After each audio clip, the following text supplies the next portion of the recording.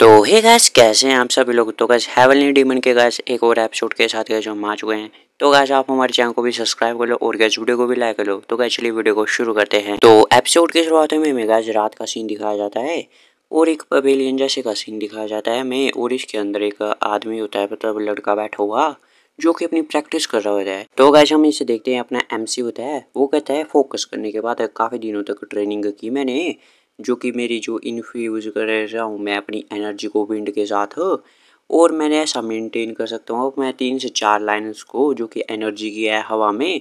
और अपने आप से सोचता है कि मैंने एक्सेप्ट नहीं किया था कि मेरे फादर मेरे को ऐसा ट्रिक सिखाएंगे, मतलब ऐसी स्किल सिखाएंगे एनर्जी को हवा के साथ मिक्स करने की।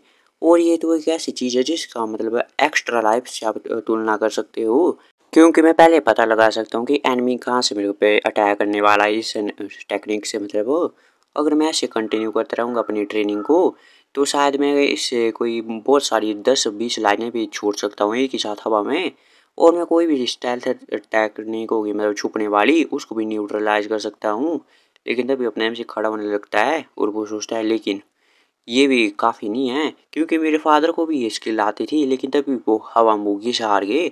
और जो हेवनली डीमन पवेलियन था उसमें इन्फिल्ट्रेट कर लिया उसने, घुस गया अंदर। और हमें दिखाया जाता है हेवनली डीमन पवेलियन एक ऐसी जगह है जो कि गार्ड की जाती है 3 बैरियर फॉर्मेशन से, 6 ट्रैप फॉर्मेशन से, और एक ग्रुप होता है जिसमें जो सिलेक्ट किए जाते हैं वो एकदम इलाइट होते हैं। और इसके साथ में 8 डीमन सुप्रीम भी है जो कि इसको प्रोटेक्ट करते हैं। नॉर्थ में demonic sword man of the northern heaven family से है जो कि उसको लीड करता है 1/ स्वॉर्ड सुप्रीम। और साउथ में एक फैमिली है जिसका नाम है डिमोनिक ब्लेड्समैन, जिनको लीड करते हैं ब्लड हेवन ब्लेड्समैन।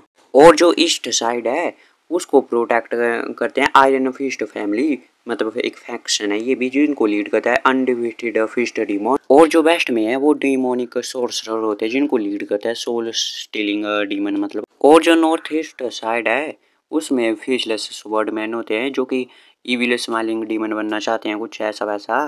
तो ये भी एक फैक्शन है। और एक और फैक्शन है साउथ ईस्ट में जो कि ड्रंकन स्वॉर्डमैन का है, जिनको जो लीड करते हैं वो डिमोनिक ड्रंक यार्ड है। और साउथ वेस्ट में एक पॉइजन किंग वाला है जो पॉइजन वालों को करता है लीड। और जो फिर एक साइड बचती है जो कि फाइनल है वो है नॉर्थ वेस्ट, जहाँ पे क्रेजी मॉन्क होते हैं। और अपने हम से सोचता है पहले मैंने सोचा था अपनी पास्ट लाइफ में जो कि एनिमी है वो बाहर से घुसा होगा, मतलब लड़ाई लुड़ाई की होगी इन्होंने इन लोगों के साथ और अंदर घुस के मार दिया होगा हेवनली डीमन को। लेकिन ऐसा केस नहीं, ये मैंने बाद में जाके रियलाइज़ किया, क्योंकि जो डिफेंस था वो कभी भी टूटा ही नहीं था। और मैं पक्का हूँ कि इन 8 में से एक डिमोनिक सुप्रीम है, उन्होंने हवा मुखी को अंदर लाया होगा। और जो ये ट्रेटर था ये कभी भी पकड़ा ही नहीं किया, मतलब इसका पता नहीं लगा कि कौन ट्रेटर था जिसने ऐसा किया है। लेकिन अपने से सोचता है ये कोई भी मैटर नहीं करता है, क्योंकि मैंने सभी डिमोनिक सुप्रीम को ट्रेटर समझता हूँ। और अपने से ऐसा क्यों समझता है, क्योंकि अपने से बताता है फिर जब मेरे फादर मारे गए उसके बाद किसी भी 8 डिमोनिक सुप्रीम ने किसी ने भी बदला नहीं लिया। उल्टा इन डिमोनिक सुप्रीम ने डिमोनिक कल्ट को मतलब बंद कर दिया। और ये तो भी फ्यूचर की बात है, मतलब मेरे को पता है फ्यूचर में, और मुझे पता है कैसे लोग थे ये 8 डिमोनिक सुप्रीम्स, और उन्होंने कैसी लाइफ जी थी अपने लास्ट मोमेंट के अपने लाइफ में भी मेरे को सब कुछ पता है। तो शायद अपने से मिला मुला होगा कि आगे कुछ हुआ होगा तो हमें ये आगे पता लगेगा। और फिर अपने से आगे चल पड़ता है, मतलब बाहर चल पड़ता है अपने ट्रेनिंग रूम से। यहाँ पे कई दिनों से अपने से ट्रेनिंग कर रहा था और अपने से सोचता है इस बार मैं उन 8 डिमोनिक सुप्रीम है उनका अच्छे से यूज करूंगा पूरा भरपूर। और फिर हम देखते हैं गाइस अपने एम से बाहर निकलने लग जाता है अपने कमरे से जहाँ पे वो ट्रेनिंग कर रहा था, लेकिन उसे आवाज़ आती है ओ मोटी कहीं की हट जा, सेकंड यंग मास्टर अभी भी क्या ट्रेनिंग ग्राउंड में है क्या। तो अपने एम से भी ट्रेनिंग ग्राउंड में होता है ये कमरा उसका। तब ये कहता है कितने सारे दिन हो गए हैं अभी तक वो बाहर नहीं निकला है क्या, मुझे लगता है मुझे उसे अंदर जाके घसीट के निकालना पड़ेगा। तो हम देखते हैं यहाँ पे ली हान होती है, वो खड़ी होती है इन लोगों के सामने कि अंदर जाने नहीं दूंगी किसी को भी। और वो करिए क्या कहा तुमने अभी, तभी कोई कहता है पीछे से ली हान क्या कर रही हो तुम यहाँ पे। तभी ये भी देखते हैं यंग मास्टर, और हम देखते हैं अपने एमसी भी अपने ट्रेनिंग ग्राउंड से बाहर निकल चुका होता है। तभी अपने एमसी कहता है मैंने तुम्हें कहा था ना तुम अपनी चीज़ें करो जब तक मैं ट्रेनिंग कर रहा हूँ, क्या तुम यहाँ पे वेट कर रही थी क्या पूरा समय तक मेरा यहाँ पे। तभी वो भी कुछ कहती नहीं है। और तभी साइड में से आवाज़ आती है इसी बंदे की जो कि कह रहा था पहले, वो कहते तुम फाइनली बाहर आ चुके हो और तुमने ट्रेनिंग ग्राउंड में चले गए, वो बाहर आने का नाम ही नहीं ले रहे थे। और अपने से भी देखते इसकी तरफ, वो कहता है ये तो डिसाइपल है ब्लड हेवन ब्लेड्समैन का, यांग पो का। और जो रीजन है ये कि इतना उछल रहा है ये सब मेरे फादर की वजह से है, क्योंकि जब से मेरे फादर ने ये कहा है कि कोई भी जो है वो डिमोनिक कल्ट का लीडर बन सकता है, मतलब जब तक वो सक्सेसर बन सकता है, जब तक वो स्ट्रोंगर होगा।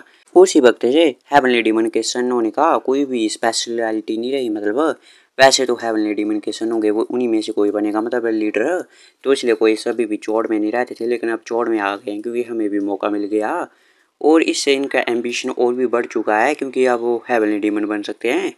और अपने एम से कहता है तुम्हें क्या चाहिए अब। तभी हम देखते हैं ये कहता है तुम्हें पता नहीं है क्या, पहले ही जो कि पियोंग हुआ है वो प्रैक्टिस नहीं कर सकता है मार्शल आर्ट को। तो अपने एम से कहता है क्या हुआ तो इससे, अब क्या तुम चाहते हो कि मैं उसका ध्यान रखूँ क्या। तब वो कहता है तुम्हें क्या लगता है मैं तुमसे मजाक कर रहा हूँ। और अपने एम से कहता है हमारे बीच में ऐसी रिलेशनशिप तो है नहीं कि हम सीरियस टॉक कर सकें, अपने सीरियस बातें कर सकें। तब ये कहता है तुम्हें रिस्पॉन्सिबिलिटी लेनी पड़ेगी उसे क्रिपल करने की और जाके उससे अपोलाइज करना पड़ेगा, माफ़ी मांगनी पड़ेगी। और अपने आप से सोचता है मुझे पता ये क्यों आया है यहाँ पे मुझसे माफ़ी मंगवाने, क्योंकि जो बेस्ट डिसाइपल है ब्लड हेवन ब्लेड्समैन का वो अभी तक सिलेक्ट नहीं किया गया है, इसलिए जो भी डिसाइपल हैं वो इम्प्रेस करना चाहते हैं उसे ताकि कुछ भी हो सके और फिर वो बेस्ट डिसाइपल बन सके अपने मास्टर के। और तभी अपने आप से सोचता है यांग पाओ मुझसे माफ़ी मंगवाना चाहता है ताकि ये क्रेडिट मिल सके उसे, और जो ब्लड हेवन ब्लेड्समैन है उनका सर ऊंचा हो सके कि उनके स्टूडेंट ने ऐसा किया है। और अपने आप से कहता है मुझे ऐसा लगता है कि ये सब करके तुम्हें बेस्ट डिसाइबल चुन लिया जाएगा अपने मास्टर का। तभी ये कहता है क्या नॉनसेंस बात कर रहे हो, मैं यहाँ पर सिर्फ प्योंगो के लिए आया हूँ और तुम्हें माफ़ी मांगनी पड़ेगी उससे। और अपने आप से कहता है मैं चाहता हूँ कि तुम माफ़ी मांगो।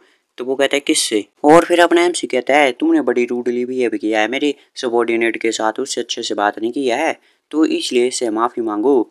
और हम देखते हैं जो लियान होती है वो भी चौंक जाती हैं, ये मेरे से माफ़ी मंगवाना चाहता है मतलब मेरी खातिर। तभी वो कहता है यहाँ को पीछे से क्या। और तभी वो कहता है जो लियान होती है वो कहती है ये ठीक है यंग मास्टर इसकी कोई ज़रूरत नहीं है। और अपने एम से कहता है मैं इससे ठीक नहीं हूँ बिल्कुल भी। तभी हम देखते हैं लियान भी कुछ नहीं बोलती है फिर। और हम देखते हैं अपने एमसी आगे आ जाता है, वो कहता है यांग पाओ तुम्हारी हिम्मत कैसे हुई मेरे सबॉर्डिनेट के साथ ऐसे बेकार से बिहेव करने की, यहाँ पे नील डाउन करो और अपोलाइज करो अभी के अभी। तब वो हंसने लग जाता है और वो कहता है क्या तुम मुझसे ये कह रहे हो कि मैं उस मोटी से जाके अभी माफ़ी मांगूँ। और इशारा करता है लियान की तरफ। और अपने एमसी कहता है तुम अपना फिर से ये गंदा मुँह चला रहे हो हैं। और तभी हम देखते हैं जो कि होता है ये यांग पाओ, वो कहता है क्या तुम पागल हो चुके हो क्या, मैं मरना पसंद करूँगा और उसके सामने मैं घुटने पे बिल्कुल नहीं आऊँगा। और अपने आप से कहते क्या तुम मरना पसंद करोगे। और अपने आप से सोचता है ये तो मैं सुनना चाहता था। और फिर अपने आप से कहता है ठीक है मैं तुम्हारी जो विश है इसको तुम्हें ग्रांट करता हूँ। और अपनी तलवार निकालने लग जाता है और ये देख के तो गाज ये सभी लोग चौंक जाते हैं कि इसने तो अब तलवार भी निकाल चुके हैं, मतलब मारने वाला है ये तो। और हम देखते हैं तभी जो होता है यांग पाओ वो कहता है तू सच में पागल हो चुका है।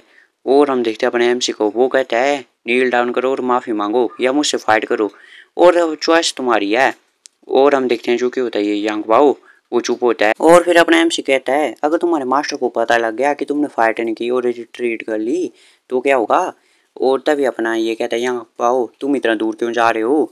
और अपना एमसी कहता है मुझे फ़र्क नहीं पड़ता है कि तुम यहाँ पे किस लिए आए हो मुझे ढूंढने के लिए, और मैं अंडरस्टैंड कर सकता हूँ कि तुम यहाँ पे रिवेंज के लिए आए हो अपने साथी या किसी के लिए, लेकिन तुम्हें इंसल्ट नहीं करना चाहिए था मेरे सबॉर्डिनेट को।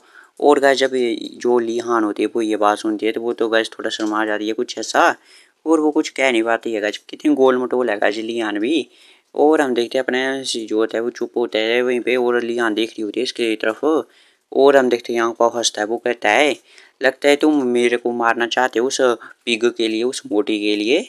और अपना एमसी कहता है ऐसा ही है और वो मेरे लिए इम्पोर्टेंट है तो उससे ज़्यादा। और हम देखते हैं ये भी अपनी तलवार निकाल देते हैं अपनी पीठ में से यांग पाओ।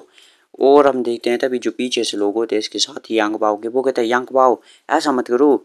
और जो लिहान होती है वो कहते हैं यंग मास्टर आप रुक जाइए। तभी हम देखते हैं अपना एमसी आ जाता है आगे और ये फाइट करने के लिए तैयार होते हैं गाइस बिल्कुल। और तभी हम देखते हैं यांग पाओ कहता है तू बेटा है हेवनली डीमन का इसलिए मैं तेरे को मारूंगा नहीं मतलब, और इसके बदले मैं तेरे एक हाथ काट लूँगा। तो कैसे ऐसा ही इसके जो प्योंगो है उसने भी कहा था, और उसका हाथ देख लो गाइस इसका क्या होगा। और हम देखते हैं अपने एमसी भी चुप होते हैं, बाकी लोग भी थोड़े शौक होते हैं कि अब क्या होगा। और हम देखते हैं जो कि यांग पाओ होता है वो भी अपने अटैकिंग पोजीशन में आ जाता है और एक स्ट्राइक कर देता है सामने की तरफ अपने जो हथियार होता है इसका ब्लेड। और हम देखते हैं गाइस दूसरी तरफ अपना एमसी अचानक ही आता है, उसके मुंह में ही अपनी तलवार को घुसेड़ देता है। ये सब देख के तो गाइस बाकी के लोग ये चौंक जाते, उल्लियान भी चौंक जाती है एकदम कि मार ही दिया। और अपने एमसी कहता है तुम्हारा मुंह यह जिसका जो तुम्हारी मौत का कारण बना है, और इसी मुंह से तुमने मेरे सबॉर्डिनेट की इंसल्ट की थी लियाहान की। और हम देखते खून भी निकलने लग जाता है इसके मुंह से, खोपड़ी के आर पार हो चुकी होती है गाइस तलवार। और तभी अपने एमसी कहता है और इसी मुंह से तुमने मना कर दिया माफ़ी मांगने से भी। और अपने एमसी अपनी जो तलवार होता है उसे खींच लेता है बाहर। और हम देखते हैं गज जो होता है यांग पाओ उसके मुंह में गज इतना खून निकल रहा होता है और वहीं पे वो ढह जाता है नीचे। और हम देखते हैं गज दूसरी तरफ अपने एमसी को उससे फ़र्क नहीं पड़ रहा होता इसी चीज़ से कि कुछ भी होगा वो। और गैस ये एपिसोड यहाँ पे खत्म होता है गैस, मिलते हैं आपसे अगले एपिसोड में। और गैस चैनल को सब्सक्राइब कर लो और गैस वीडियो को भी लाइक कर लो।